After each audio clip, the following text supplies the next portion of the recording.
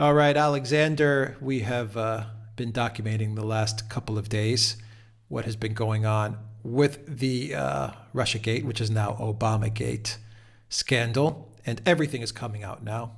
I mean, just a tidal wave of information as to how sinister the Obama White House, the FBI, the CIA, the James Clappers, the Comeys, the Brennans, the Susan Rices, and the Barack Obamas, not to mention Hillary Clinton, of course, it goes without saying, how sinister their intentions were with regard to President Trump, candidate Trump, and then President Trump. And a lot of stuff is now coming to light, especially with regards to the revelations of that January 5th, 2017 meeting.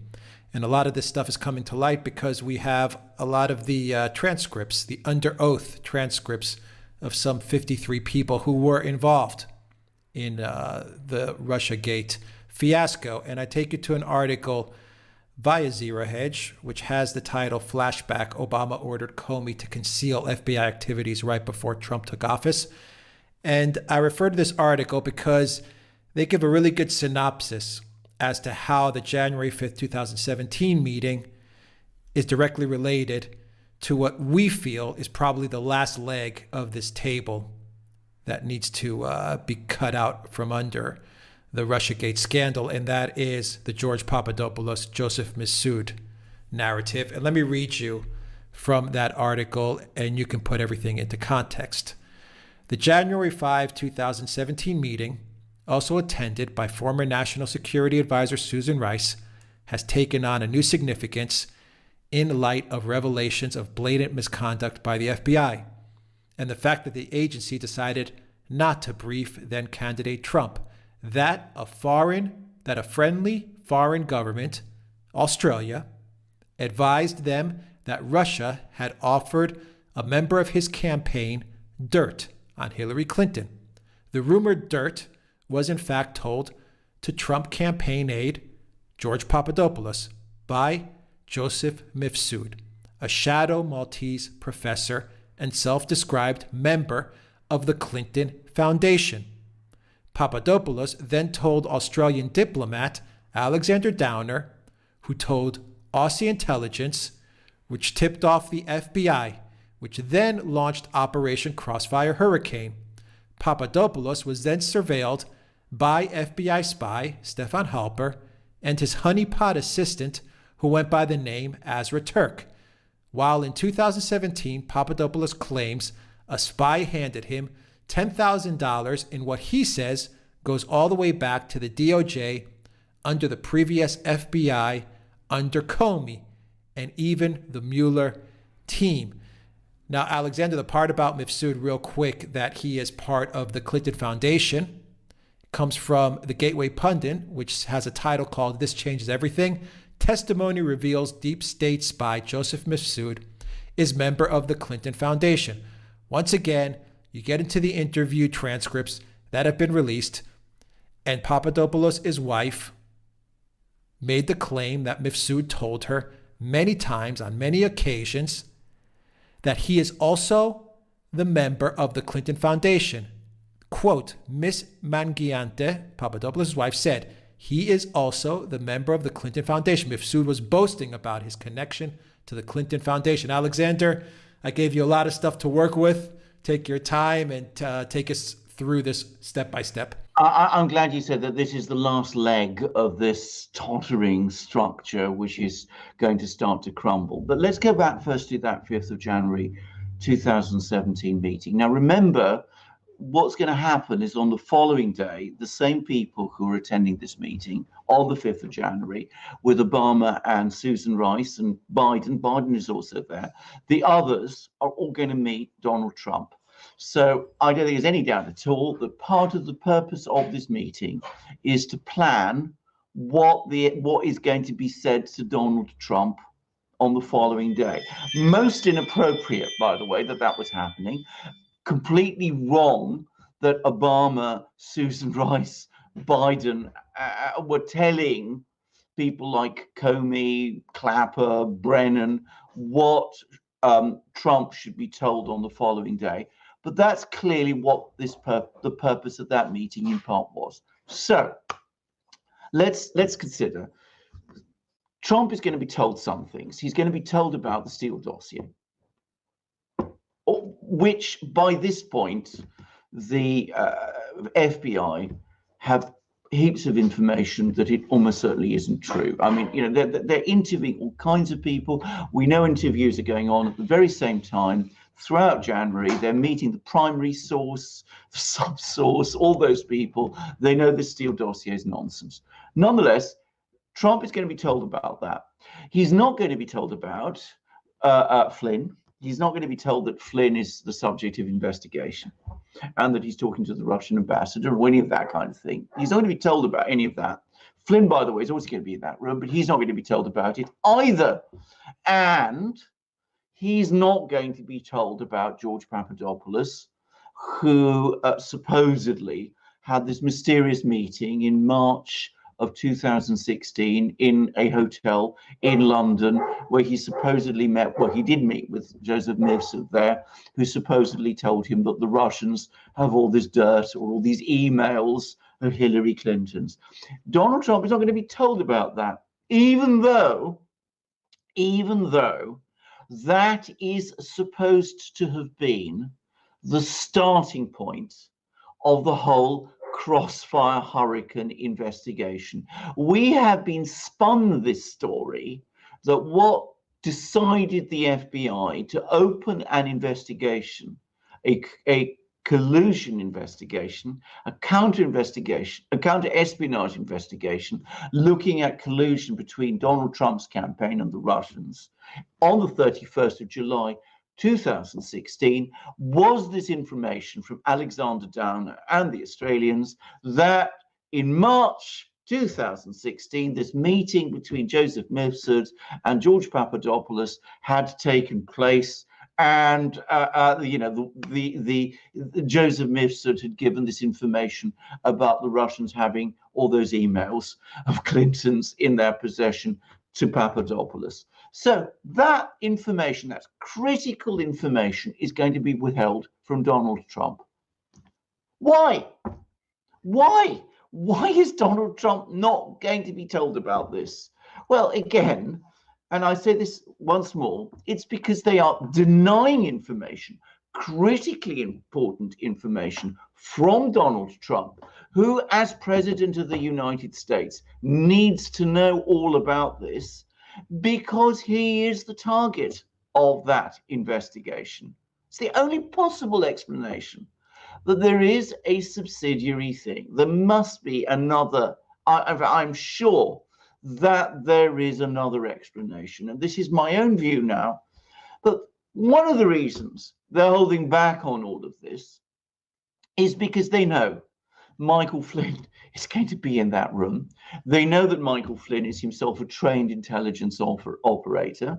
They know that Michael Flynn is going to start asking questions about Mifsud and Papadopoulos, and they don't want to have to answer those questions because they set up that whole meeting. That whole meeting in March 2016 was one which they set up themselves. So that's why they're withholding all information about it. Think about it. It makes absolute sense.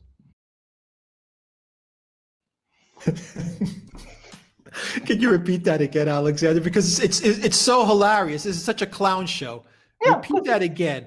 Repeat that line again. This was a complete freaking setup.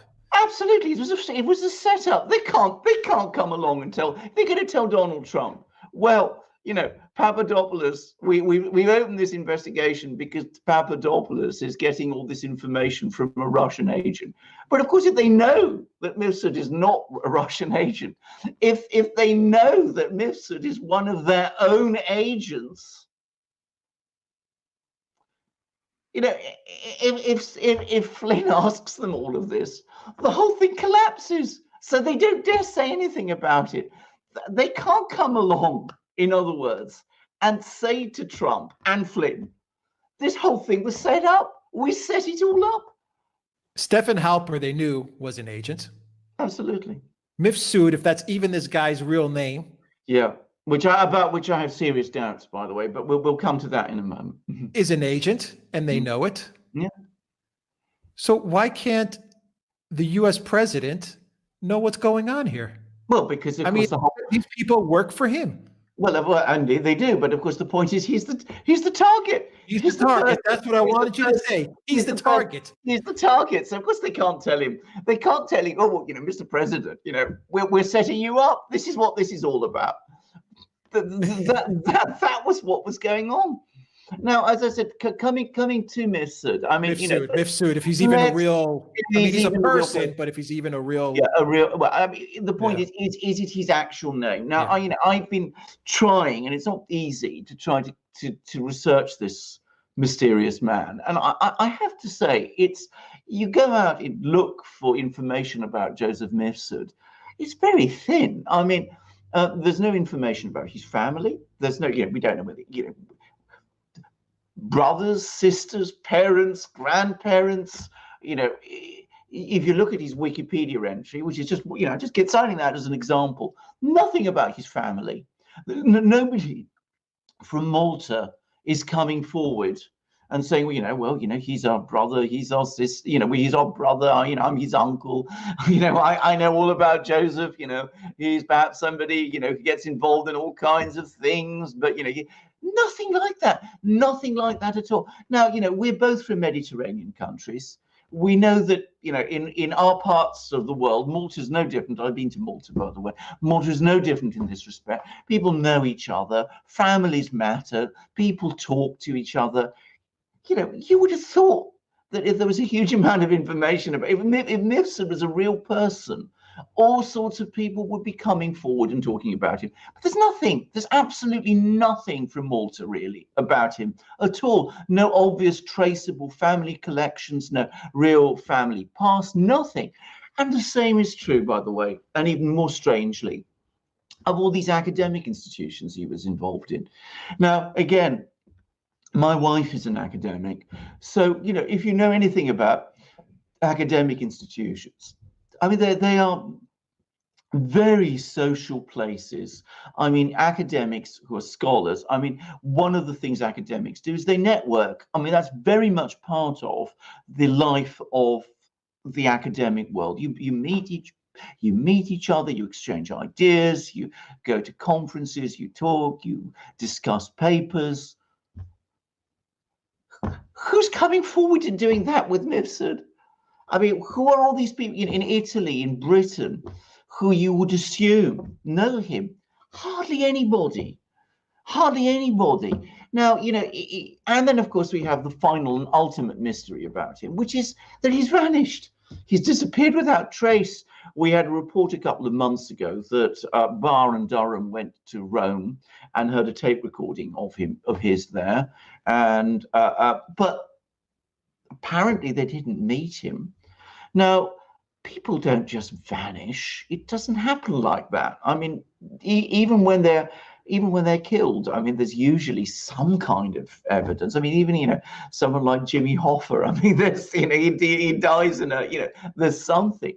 Now, I can't help but think that the fact that he's vanished so completely is a sign that perhaps Joseph Mifsud never really existed, and that this isn't a person, it's an identity, and that the person who George Papadopoulos met, who was undoubtedly an actual person, was using an identity. Now, I mean, I may be wrong. This is very speculative.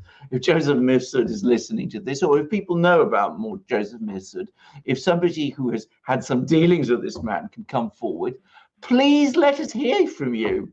But at the moment, I am very skeptical. And of course, by the way, I should add that if some of my guesses about this are right, and if it is an identity rather than an actual person, then bear in mind some of the things in his past that are attributed to Joseph Mifsud might not have happened at all, or might have been done by other people also using that identity, because intelligence agencies can actually, an identity can be used by different agents.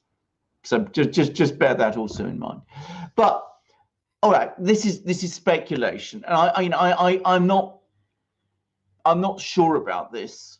It's just, as I said, I have doubts. I've had these doubts for a while.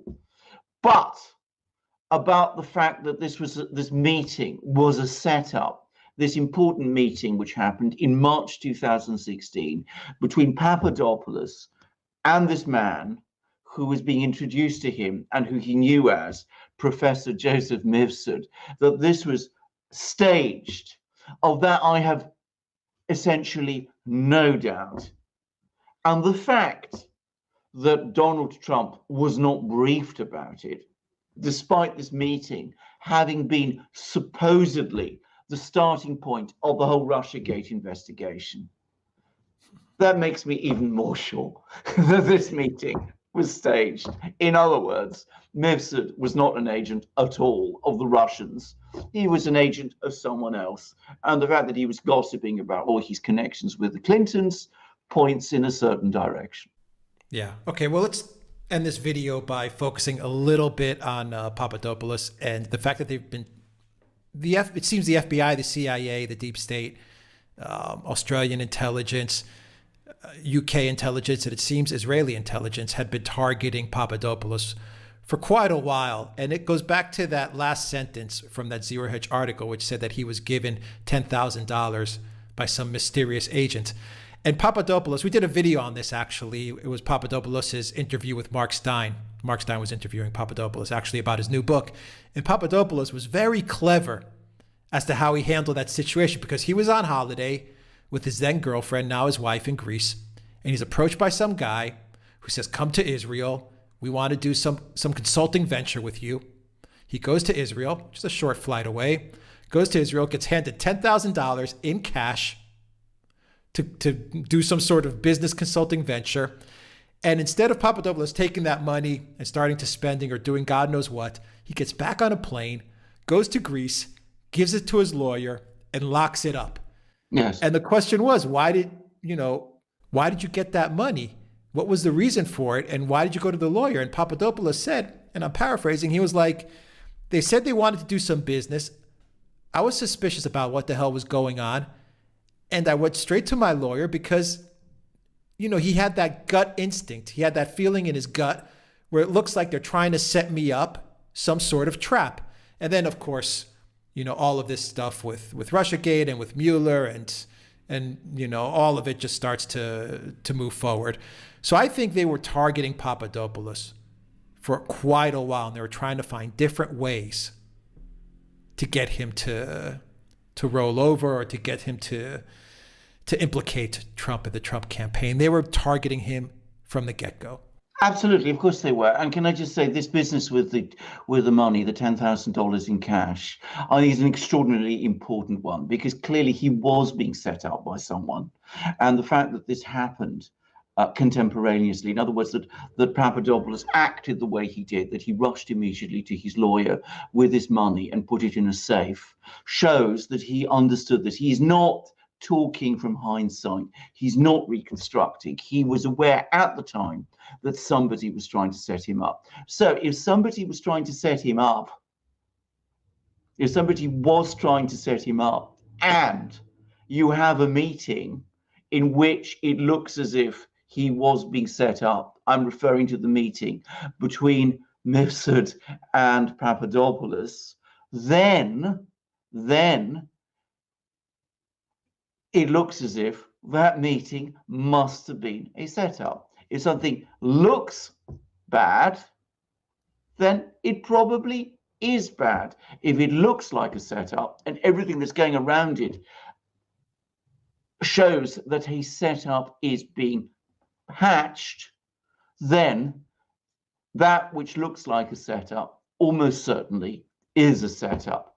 I mean, that's logic, that's inference, that's not proof, but that's what it seems to me. Again, if you're an investigator, it's a good point, I think, to start asking questions. Yeah, it seems to me that they were trying to pick off these entry-level, Trump consultants and campaigners and people that were working with the Trump campaign and then the White House. But these entry-level guys like Carter Page and Papadopoulos are guys that had, said they were associated with the Trump campaign, maybe for professional reasons, in order to boost up their resume, whatever that may be. But it seems that the FBI, the CIA, the deep state, all these agencies we're kind of targeting these guys in a way to, branch it out to hit Trump. I mean, that seems that's the MO. Oh, well, absolutely. Can I just say something? I mean, what did they say in Watergate? Follow the money. I mean, this is exactly right. And where did that money come from? And whose money was it ultimately? Was it the FBI's? Was it the Hillary Clinton campaigns? I'm just asking. I mean, I don't know, but that's always a good place to start an investigation. So if I was an investigator, the very first thing I would do if I was really looking into what was going on with Papadopoulos, as important as tracking down Mifsud himself, or the person who was calling himself Mifsud, I would get on a plane to Israel. I would find all those people that Papadopoulos was talking to. I would interview them. I would ask them about that money, and I would try and find out where that money came from, because that seems to me to be a very important thread in this story, and to see where it leads. And that is exactly, I think, what was going on. I think you described it precisely. They were homing around, looking for people that they could pin things on. They were carrying out surveillance on Carter Page. They were doing all sorts of things, probably with other people that we don't know about yet. And we know that they had informers all over the Trump campaign. And obviously, Papadopoulos was one of them. And we know that as well as all of this going on, because Horowitz has confirmed this, we know that there were people who he was meeting who were actually FBI informers, not helper, not this as a Turk woman, other people. And they were trying to sort of wangle him into making, admissions about Russian involvement with the Trump campaign, and he was consistently denying it. So that strongly points to me as if he was clearly being set up, he was clearly being provoked, all kinds of things were going on. And in fact, there is a huge amount of material here to actually go through and get to the bottom of. And which could lead to all kinds of very, very interesting people. Can I just say something else, of course, about Papadopoulos? He deserves a pardon, and that should be granted at once. There's no merit now, I think, in waiting for him to be exonerated by the court, because that would take too long. We have enough now to know that things were really, really bad. So let's just pardon him. Let's get proper questions asked. Let's get to the bottom of what really happened with him. And as you say, I've engaged in some speculations about Mifsud. I accept they are speculations. I don't know for a fact that Mifsud is an identity rather than an individual. But let's get to the bottom of what actually happened. Let's find out what really happened at that meeting in March, who that person that Papadopoulos met really is, and let's find out about all of these other things that were going on at the same time, and who was putting up the money, who was arranging all these meetings, because he was meeting all kinds of strange people. And this is one of the other things that was making Papadopoulos so suspicious. Who was behind all of this? Who was orchestrating it all? Was it the FBI? Was it someone else? Was it British intelligence? Was it the Hillary Clinton campaign? Was it the DNC? Was it all of them? Yeah, it's such a big this is such a big operation. Well, I can't get my head around it. Yes, I know. To take out the U.S. president, I mean, they put the full power of the intelligence agencies, the Clinton campaign, the Obama White House, all of it was thrust towards getting Trump out of office. I mean, what a massive operation this was. US, UK, Australia, Italy, Ukraine. I mean, all these intelligence agencies working together, all these spies in all these different countries, people like Alexander Downer. What a massive operation this was. Absolutely. Bear in mind, can I just add one point? Because Horowitz says that there is no information in the FBI papers that Joseph Mifsud is in fact an FBI informer. And he makes it clear this is just, on the papers. He might have been an informer for some other intelligence agency of the United States. But of course, if Mifsud is not his actual name, if it's an identity, then of course you might not necessarily find the name an informer by the name of Joseph Mifsud in the FBI files if such a person with that name, a person called Joseph Mifsud was not a real person. If that wasn't a real, if that name isn't the name of a real person at all.